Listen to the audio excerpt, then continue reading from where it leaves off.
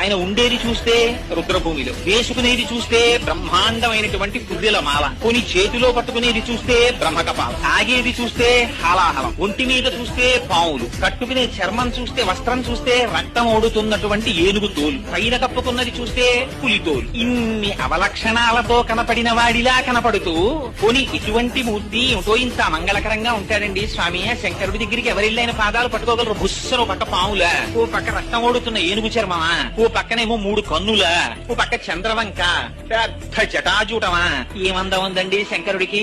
అదే మా స్వామి శ్రీ మహావిష్ణువు. మేఘశ్యామం పీతకౌసేయ వాసం శ్రీవత్సాంకం కౌస్తుభోద్భాసితాంగం పుణ్యోపేతం పుండరీకాయతాక్షం విష్ణుం వందే సర్వలోకైకనాథం. అంత అందగాడు కదా.